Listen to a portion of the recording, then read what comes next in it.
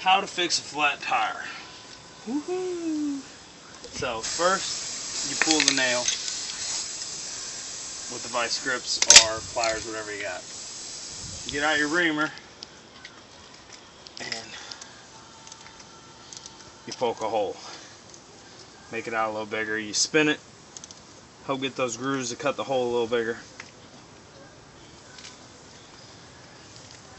Sometimes it's difficult if you have a thin object puncture your tire like the nail that I had,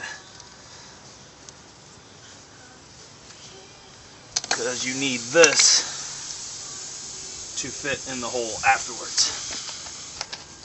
And then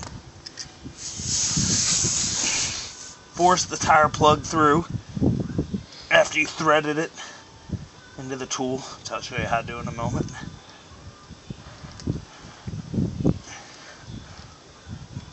And once you're in, you kind of want to turn a little to help break it off and pull out really good. And it doesn't always work, so you gotta do it again.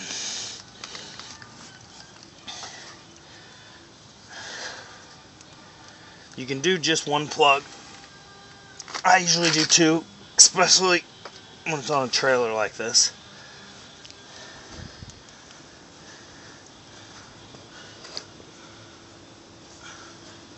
You really want to try to push the plug all the way into the tire so that it doesn't come back when you pull, like that.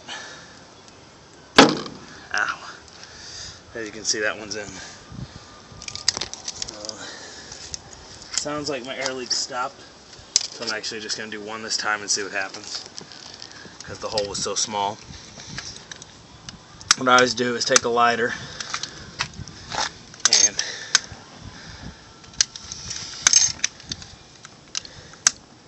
it's a little windy out today. Melt the plug to help it fill in over the hole.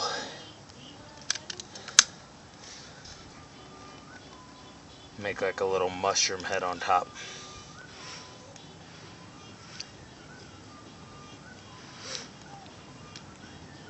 Okay, I got it burning. I'm gonna let it burn. You know, be careful not to burn so much that you melt your tire.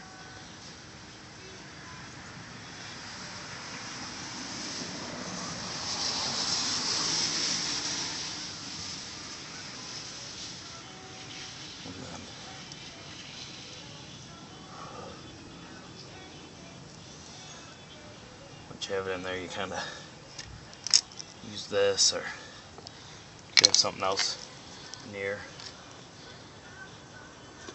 Well, I'm going to relight it, get it all down below the tire level of the tread.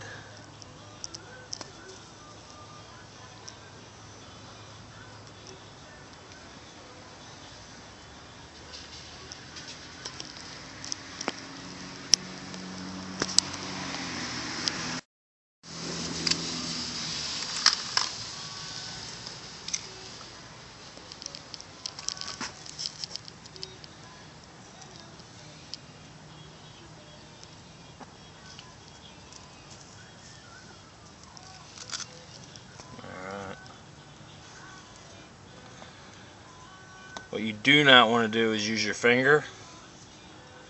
This is rubber, and you won't be too happy if you use your finger to spread this after it's been melting.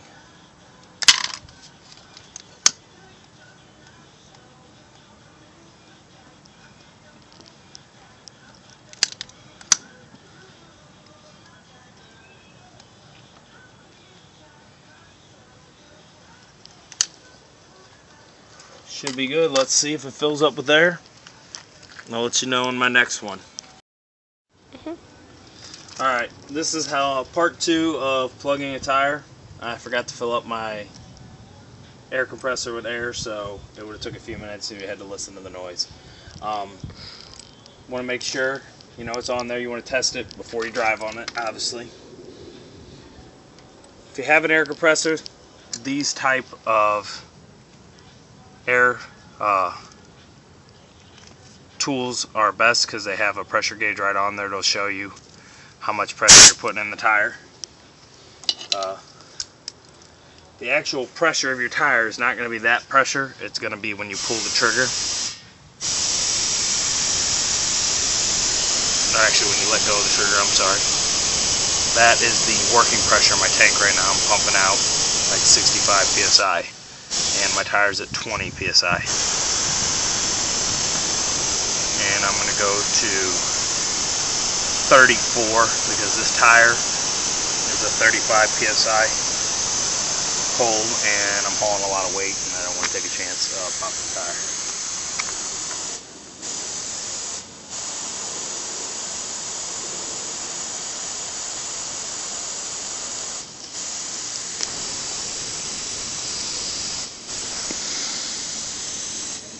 Okay, we're almost there. Right now at 33.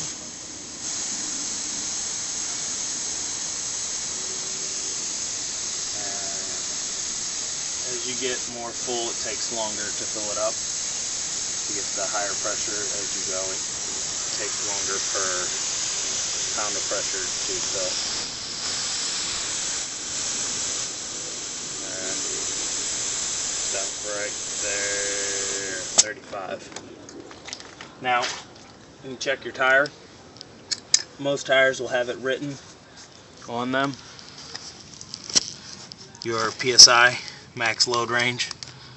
As you can see, mine is 35 psi cold. My max load on my tire is 1,874 pounds. This trailer, of course, has 4 tires, so it can handle more. So, hope that helps, and have a good day. As you can see, it is holding air.